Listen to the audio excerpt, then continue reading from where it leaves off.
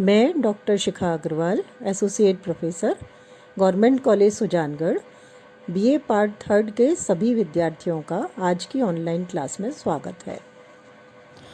हमने अपनी पिछली क्लासों में संयुक्त राष्ट्र संघ के विभिन्न अंगों के बारे में पढ़ा था।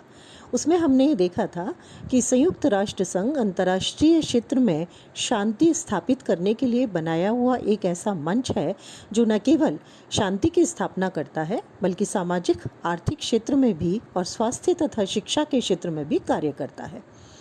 लेकिन उसमें हम लोगों ने कुछ चीज़ों को देखा था जिसके कारण संयुक्त राष्ट्र संघ उतना सफल नहीं हो पा रहा जितना कि इससे अपेक्षा की गई थी, जिसमें हम लोगों ने बहुत सी चीज़ें पढ़ी थी, जैसे इसके पास किसी बाध्यकारी शक्ति का ना होना या यूएनओ में बार बार सुरक्षा परिषद के द्वारा वीटो का प्रयोग करना। तो इस तरह की बहुत सी चीज़ें थी जिसके आधार पर इसके चार्टर में संशोधन करने की बात को सामने लाया जा रहा था। इसके साथ साथ ये माना गया कि यूएनओ को शक्तिशाली बनाने के लिए कुछ बातों पर अमल करना जरूरी है। आज हम उन्हीं बातों पर बात करेंगे और इसके साथ साथ इसकी विफलताओं के बारे में भी बात करेंगे। तो सबसे पहले हम देखते हैं संयुक्त राष्ट्र संघ को शक्तिशाली बनाने के बारे में क्या सुझाव है। सबसे पहला जो सुझाव है वो ये है कि जो सुरक्षा परिषद के पास स्थायी सदस्यों के लिए एक महत्वपूर्ण शक्ति है जिसे निषेधाधिकार या वीटो पावर कहा गया है, उस वीटो पावर के आधार पर सामान्य तौर पर यह देखा गया कि महाशक्तियाँ अपनी शक्ति को विश्व में बढ़ाने के लिए बार बार प्रयोग करती है और इस कारण मानव जाति के सामने संकट उत्पन्न हो जाता है और कोई वास्तविक निर्णय नहीं हो पाता। पामर और परकिंस ने इसके बारे में कहा है कि सुरक्षा परिषद में वीटो के बार बार प्रयोग या दुरुपयोग ने जितना अधिक संयुक्त राष्ट्र में जनता के विश्वास को डिगाया है उतना अन्य किसी वस्तु ने नहीं। आलोचकों का मानना है कि इसके आधार पर काफ़ी हद तक सुरक्षा और शांति के कार्य को पूरा नहीं किया जा सका और इसके साथ साथ विभिन्न राष्ट्रों के मध्य भी असमानता आती है, क्योंकि कुछ बड़ी शक्तियों के पास में तो वीटो की शक्ति है जबकि बाकी के पास में नहीं है। ये सुझाव दिया जाता रहा है कि स्थायी सदस्यों की संख्या में वृद्धि की जाए और इसमें एशिया और अफ्रीका के उन देशों को शामिल किया जाए जो इस समय एक बड़ी शक्ति के रूप में उभर रहे हैं, जिनमें भारत भी एक है। लेकिन निषेधाधिकार को पूरी तरह से खत्म भी नहीं किया जा सकता, क्योंकि शांति भंग की स्थिति में इसको बनाए रखना आवश्यक है, लेकिन इस पर नियंत्रण लगाना भी आवश्यक है। ऐसा माना गया है कि जब कोई स्थायी सदस्य निषेधाधिकार का प्रयोग करे तो उसे उसका लिखित कारण देना चाहिए ताकि उसका दुरुपयोग नहीं किया जा सके। मतदान में भाग नहीं लेने या बैठक में अनुपस्थित होने को वीटो शक्ति के रूप में नहीं माना जाना चाहिए। इसी के साथ साथ निर्णय नहीं होने की स्थिति में अनुच्छेद 12(1) में परिवर्तन करके महासभा को अधिक अधिकार सौंपे जाने चाहिए। दूसरा जो सुझाव इसमें आता है वो है आर्थिक और सामाजिक परिषद की कार्यप्रणाली में सुधार होना चाहिए। ये परिषद महासभा के निदेशन में काम करती है और यदि इसे केवल परिभाषित कर दिया जाए तो प्रक्रिया संबंधी बहुत सारी अड़चनें खत्म की जा सकती हैं। कार्यों को परिभाषित करना बहुत जरूरी है जिससे इसकी कार्यक्षमता बढ़ेगी। तीसरी बात जो आती है, महासभा की स्थिति में सुधार होना चाहिए। बहुत से सुझाव इस तरह से आते हैं कि चार्टर में आवश्यक संशोधन करके महासभा को ऐसा स्वरूप प्रदान किया जाना चाहिए जिससे ये विश्व संसद के रूप में कार्य कर सके। दूसरी बात जो आती है वो है सुरक्षा परिषद को भी संयुक्त राष्ट्र की कार्यपालिका के रूप में महासभा के प्रति उत्तरदायी बना दिया जाना चाहिए ताकि महासभा अधिक शक्तिशाली हो जाए। तीसरी बात आती है महासभा में प्रतिनिधित्व की पद्धति में परिवर्तन कर सदस्य राष्ट्रों को जनसंख्या के अनुपात में मतदान का अधिकार मिलना चाहिए। अभी चाहे राष्ट्र छोटा है या बड़ा है, प्रत्येक सदस्य राष्ट्र को एक मत देने का अधिकार है, जबकि भारत और चीन जैसे विशाल देश और भूटान जैसे छोटे देश बराबर हो गए। जबकि जनसंख्या को अगर हम देखें तो बहुत बड़ा इसमें अंतर है, तो इसलिए ये माना गया कि जनसंख्या के अनुपात में मतदान का अधिकार मिलना चाहिए। चौथी बात जो इसमें आती है वो है घरेलू क्षेत्राधिकार। घरेलू क्षेत्राधिकार का उचित निर्धारण होना चाहिए, क्योंकि सामान्य तौर पर जब भी कोई कार्यवाही करने की बात आती है या एक राष्ट्र किसी मामले को उठाता है तो दूसरा राष्ट्र उसे अपना घरेलू मामला कह करके संयुक्त राष्ट्र संघ की कार्यवाही से बचने की कोशिश करता है। चार्टर के अनुच्छेद 2 के खंड 7 में ये प्रावधान है कि संयुक्त राष्ट्र संघ को किसी भी राष्ट्र के घरेलू मामलों में हस्तक्षेप करने का कोई अधिकार नहीं होगा और न ही वह सदस्य राज्यों को इस बात के लिए बाध्य करेगा कि वे अपने अंतर्राष्ट्रीय मतभेदों को संयुक्त राष्ट्र संघ के समक्ष निपटारे के लिए प्रस्तुत करें। ऐसी स्थिति में राज्यों को ये निर्णय करने का अधिकार प्राप्त हो जाता है कि वो किस मामले को घरेलू मामला समझे, और ऐसी स्थिति में जो समस्या है उसका समाधान नहीं निकल पाता। जैसे दक्षिणी अफ्रीका ने रंगभेद नीति को घरेलू मामला कह करके संयुक्त राष्ट्र संघ के प्रस्तावों का विरोध किया। इसी तरह से एंग्लो ईरानी तेल विवाद में घरेलू मामले के प्रश्न ने संघ के निर्णय को अमान्य घोषित कर दिया और इस आधार पर संयुक्त राष्ट्र संघ की जो कार्यवाही है उसमें बाधा डालते रहे। तो ऐसा माना जाता है कि संघ को शक्तिशाली बनाने के लिए अनुच्छेद 2.7 में इस प्रकार का संशोधन होना चाहिए जिससे संयुक्त राष्ट्र मानव अधिकारों के विषय में हस्तक्षेप कर सके और इसकी भूमिका सशक्त हो सके। पांचवी बात आती है अंतर्राष्ट्रीय न्यायालय का क्षेत्राधिकार। जैसा हमने पढ़ा था इसके बारे में कि इसकी जो शक्ति है वो बहुत बाध्यकारी नहीं है, लेकिन ऐसा विधिवेत्ताओं का मानना है कि इसके क्षेत्राधिकार को अनिवार्य कर देना चाहिए जिससे शांति एवं सुरक्षा संबंधी विषयों में अंतर्राष्ट्रीय न्यायालय के सभी निर्णय संबंधित राष्ट्रों पर बाध्यकारी हों। यदि सदस्य राष्ट्र अपने संघर्ष या विवाद का शांतिपूर्ण हल प्राप्त नहीं कर सके तो ऐसे विषय अंतर्राष्ट्रीय न्यायालय के समक्ष अवश्य प्रस्तुत होने चाहिए और उक्त संदर्भ में न्यायालय के निर्णय को मानने के लिए उन्हें बाध्य किया जाना चाहिए। इसके साथ साथ न्यायालय के निर्णयों की उपेक्षा करने वाले राष्ट्र के विरुद्ध भी सैनिक और आर्थिक प्रतिबंध लगाए जाने चाहिए ताकि सामान्य तौर पर राष्ट्र ऐसा करने से डरे। अगला जो सुझाव इसको शक्तिशाली बनाने के लिए दिया जाता है वो है महासभा में आनुपातिक प्रतिनिधित्व। जनसंख्या के अनुपात में इसमें सदस्य होने चाहिए प्रत्येक राष्ट्र से, ऐसा एक सुझाव दिया जाता है और वोट भी उसी आधार पर होने चाहिए। जैसे रूस, संयुक्त राज्य अमेरिका, चीन, भारत जैसे जो बड़े राष्ट्र हैं उसमें उनको अधिक सदस्य भेजने का अधिकार होना चाहिए और उतने ही अधिक उनके वोट होने चाहिए। और जो छोटे राष्ट्र हैं जैसे Germany, France, England, Pakistan, Indonesia मध्यम श्रेणी के राष्ट्र माने जाते हैं, उनके सदस्य उसी अनुपात में आए और उतने ही उनके वोट हो। इसी तरह से जो बहुत छोटे राष्ट्र हैं, भूटान जैसे राष्ट्र हैं, उन राष्ट्रों की जनसंख्या के आधार पर सदस्य आए तो महासभा के जो निर्णय हैं वो जनसंख्या के हितों के आधार पर होंगे। अगली बात जो इसमें आती है वो है महासभा संयुक्त राष्ट्र की सदस्यता प्रदान करे। नए राष्ट्रों को जब संघ में शामिल करने का प्रश्न होता है तो ये तर्क उपस्थित होता है कि महासभा अपने उपस्थित सदस्यों के 2/3 बहुमत से नए सदस्यों को संयुक्त राष्ट्र संघ की सदस्यता प्रदान करे। इससे ना तो सदस्यता के प्रश्न पर किसी प्रकार की राजनीतिक सौदेबाजी होगी और ना ही गड़बड़ी को प्रोत्साहन मिलेगा। यानी महासभा एकमात्र सदस्यता देने वाला अंग हो, न कि सुरक्षा परिषद का इसमें हस्तक्षेप हो, जिससे विश्व राजनीति की जो गुटबाजी है उससे सदस्यता प्रभावित न हो। अगली बात आती है एशिया और अफ्रीका को उचित प्रतिनिधित्व मिले। द्वितीय विश्व युद्ध के बाद में एशिया और अफ्रीका के अधिकांश राष्ट्र स्वतंत्र हो गए और महासभा में हम देखें तो इन दोनों महाद्वीपों एशिया और अफ्रीका के राष्ट्रों का बहुमत भी है।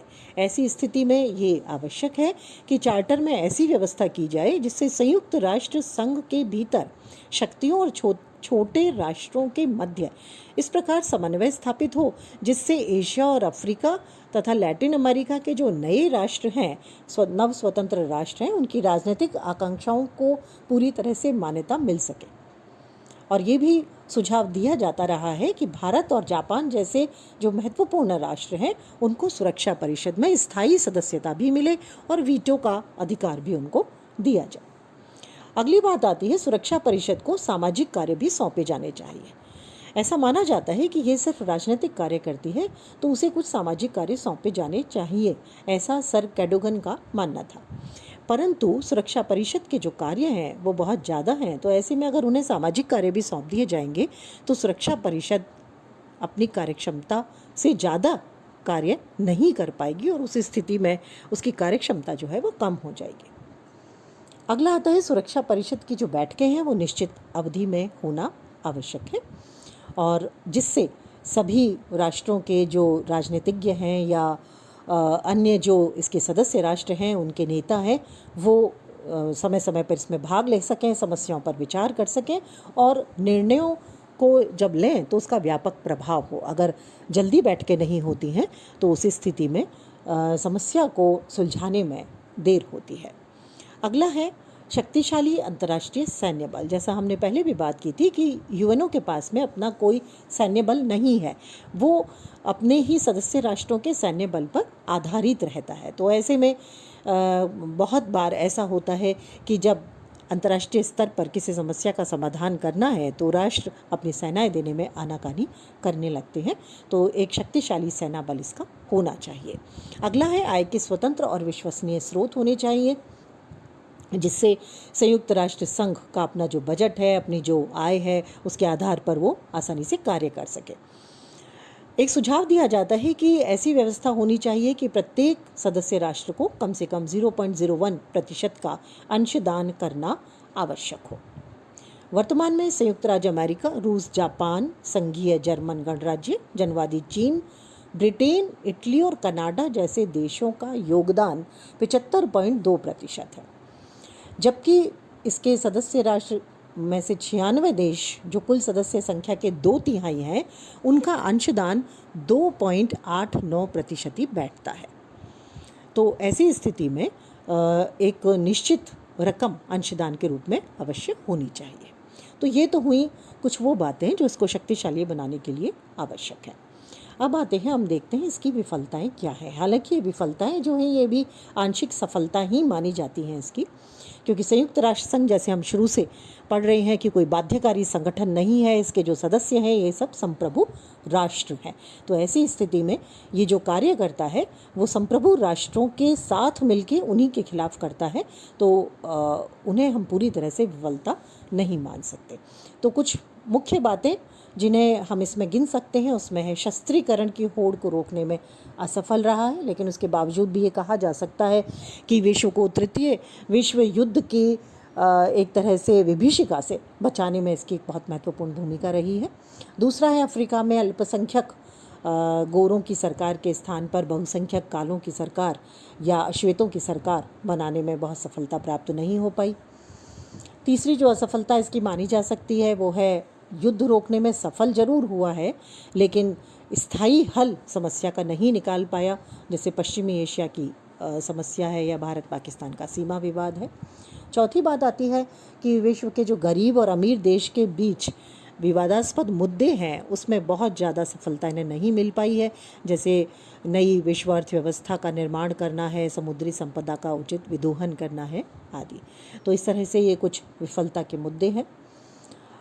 ये जो विफलता या असफलता है इसके कारण भी कुछ माने जाते हैं कि क्यों ऐसा होता है या किन कारणों से ऐसा हुआ है, तो उनको हम देखते हैं। तो सबसे पहली बात यह है कि इसका जो ढांचा है उसे दोषपूर्ण माना गया। जैसे हमने पहले भी देखा था कि इसको शक्तिशाली बनाने में जिस बात की ज़रूरत है वो है वीटो का अधिकार, जो है उसमें कुछ सुधार होना चाहिए।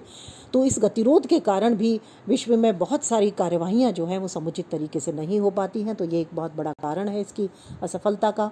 दूसरा है कि अनेक राष्ट्र जो हैं, इसके सदस्य राष्ट्र जो हैं, उनके संकीर्ण राष्ट्रीय हित होते हैं जिससे कुशलतापूर्वक कार्य नहीं हो पाता। तीसरी बात जो है वो है, कार्यपालिका शक्ति नहीं है इसके पास में और इसलिए निर्णयों को भली भांति क्रियान्वित नहीं कर पाती। चौथी बात आती है, विश्व की बड़ी शक्तियों ने संयुक्त राष्ट्र संघ को विश्व शांति और सुरक्षा बनाए रखने के लिए अपेक्षित सहयोग नहीं दिया, क्योंकि वो शक्ति संघर्ष में लगी रहती है और उस कारण से विश्व को प्रतिस्पर्धा का अखाड़ा बना दिया गया। अगली बात आती है कि स्वतंत्र वित्त नहीं होने के कारण सामाजिक और आर्थिक कल्याण के उतने कार्य नहीं कर पाती जितने इसे करने चाहिए थे अभी तक। और अगली बात इसमें आती है कि महाशक्तियों ने संयुक्त राष्ट्र संघ के माध्यम को छोड़कर द्विपक्षीय समझौते कर समस्याएं सुलझाने की कोशिश की है, जिसमें SALT I और SALT II समझौते इसका उदाहरण है। अब आते हैं इसकी उपलब्धियाँ। ऐसा नहीं है कि संयुक्त राष्ट्र संघ असफल रहा है पूरी तरह से, इसने बहुत बड़ी इसकी सफलताएं हैं, जिसमें जो द्वितीय विश्व युद्ध की एक तरह से विभीषिका थी, जिस तरह से परमाणु बम का उसमें प्रयोग किया गया था और उसके आधार पर ही हम ये कहें कि संयुक्त राष्ट्र संघ को बनाया गया था, तो काफ़ी हद तक हम कहें कि ये एक युद्ध, बड़े युद्ध को, ठीक है छुटपुट युद्ध होते रहे हैं, लेकिन वो स्थानीय युद्धों के तौर पर जाने जा सकते हैं, जिसमें महाशक्तियों का भी कंसर्न रहा, वो भी कुछ हद तक उसमें जुड़ी रही, लेकिन किसी बड़े युद्ध को रोकने में वास्तव में ये सफल हुआ है। तो इसकी उपलब्धियों को देख लेते हैं। सबसे पहला है सुरक्षा का वातावरण तैयार किया है इसने। दूसरा है नागरिक संघर्षों से निपटने के लिए सुरक्षा परिषद द्वारा संयुक्त राष्ट्र मिशन की स्थापना की है। तीसरा है विभिन्न एजेंसियों के माध्यम से शिक्षा, स्वास्थ्य, उन्नत जीवन स्तर, नस्ल और रंग भेद खत्म करने की दिशा में बहुत महत्वपूर्ण भूमिका इसने निभाई है। चौथा है निशस्त्रीकरण के क्षेत्र में इसने अनेक उपाय किए हैं और इसीलिए शस्त्रों की होड़ आज वैसी नहीं है। पांचवा है मानवाधिकार की रक्षा में इसने अनेक कदम उठाए हैं। छठा आता है राष्ट्रों में आपसी तनाव की स्थिति में पहुंचने पर अंतर्राष्ट्रीय संपर्क के लिए ये मंच प्रदान करता है, जिससे विभिन्न युद्ध की विभीषिकाओं को रोका जा सके या तनाव की स्थिति को युद्ध के विस्फोटक स्वरूप में बदलने से रोका जा सके। सातवां आता है इसने विश्व स्तर पर व्यापक रूप से अंतर्राष्ट्रीय भावना को विकसित किया है। आठवां आता है इसने अंतर्राष्ट्रीय कानून के विकास में महत्वपूर्ण योगदान दिया है। और नवां आता है राजनीतिक कार्यों के अतिरिक्त अनेक सामाजिक और आर्थिक कार्य संपन्न किए हैं, जिनके बिना विश्व शांति और सुरक्षा अधूरी रह जाती। इन सब के बावजूद संयुक्त राष्ट्र संघ के समक्ष बहुत सी चुनौतियां मौजूद हैं, आज भी हैं। 1945 में इसकी स्थापना जब हुई थी, 24 अक्टूबर 1945 को, उसके बाद से आज तक बहुत ज़्यादा राजनीतिक परिस्थितियों में परिवर्तन आ चुका है। शीत युद्ध खत्म हो चुका है, देतांत की स्थिति आई, जो सोवियत संघ था उसका स्वरूप बदल गया और हम कुछ हद तक कहें कि यूरोप का भी स्वरूप बदल गया। तो इस तरह शक्ति का जो ढांचा था वो काफ़ी हद तक बदला है। वर्तमान में जो इसके सामने नई चुनौतियां हैं उनको हम देखते हैं। सबसे पहली चुनौती है घातक परमाणु शस्त्रों का निर्माण बहुत ज़्यादा तेज़ी से बढ़ रहा है। जैसे कोरिया को हम देखें तो ये काफ़ी हद तक घातक है, इसको रोकना बहुत ज़रूरी है। दूसरा है समुद्री संपदा के दोहन को लेकर विकसित और विकासशील देशों में मतभेद बढ़ रहे हैं, इनके बीच भी सहमति स्थापित कराना आवश्यक है। तीसरा है विकासशील देशों के लिए आर्थिक विकास और तकनीकी ज्ञान की व्यवस्था करना। चौथा है सुरक्षा परिषद में सदस्यता को बढ़ाना और वीटो की शक्ति पर नियंत्रण लगाना, बहुत महत्वपूर्ण कार्य है ये। अगला है संयुक्त राष्ट्र संघ में बजट संबंधी संकट है, उसको रोकना और उसको उस चुनौती पर पार पाना, बजट कैसे रेज़ किया जाए, बजट कैसे लाया जाए। और अगला है संरचनात्मक सुधारों को लेकर के समस्या है, यानी इसकी जो विभिन्न समितियां हैं उनको कैसे ठीक किया जाए, उनमें क्या परिवर्तन हो, सदस्यता कैसे बढ़ाई जाए, एशिया अफ्रीका के देशों को कैसे इसमें ज़्यादा शामिल किया जाए, कुछ अन्य देशों को वीटो की शक्ति कैसे दी जाए, ये एक बहुत बड़ी समस्या है इसमें। इसका भविष्य अगर हम देखें तो इसके बारे में दो तरह की बातें कही जाती हैं। कुछ लोगों का मानना है कि अंतर्राष्ट्रीय समस्याओं को हल करने में ये असफल रहा है, इसलिए इसका भविष्य बहुत उज्जवल नहीं है। परंतु ज़्यादातर विद्वान ये मानते हैं कि इसने राजनीतिक स्तर पर, सामाजिक और आर्थिक स्तर पर बहुत महत्वपूर्ण कार्य किए हैं। ऐसे में निश्चित रूप से इसका जो स्वरूप है वो आज भी उतना ही महत्वपूर्ण है। क्लार्क एम आइखेलबर्जर का कहना है कि राष्ट्रों ने भले ही कुछ क्षणों के लिए इसकी उपेक्षा की हो, परंतु वे इसमें पुनः लौट आते हैं, क्योंकि यही एक ऐसा माध्यम है जहाँ विश्व की समस्याओं का समाधान निकाला जा सकता है। प्लेनो एवं ब्रिग्स के अनुसार अनेक बार तो राजनीतिक संघ की उपस्थिति मात्र ने ही प्रतिद्वंद्वियों को संतुलित किया है और घटनाओं की दिशाओं पर प्रभाव डाला है। पामर और परकिंस का मानना है कि संयुक्त राष्ट्र ने अपने आप को राष्ट्रों के जीवन में अपरिहार्य बना दिया है। तो इस तरह से संयुक्त राष्ट्र संघ एक ऐसी महत्वपूर्ण संस्था है जिसके माध्यम से न केवल अंतर्राष्ट्रीय स्तर पर शांति की स्थापना की जाती है, बल्कि एक जनमत का दबाव बना रहता है और उस जनमत के दबाव के आधार पर कोई भी राष्ट्र दूसरे के मामलों में हस्तक्षेप करने से डरता भी है और उसके अपने विरुद्ध होने वाली कार्यवाही से भी अमन और शांति की स्थापना में पहल करता है।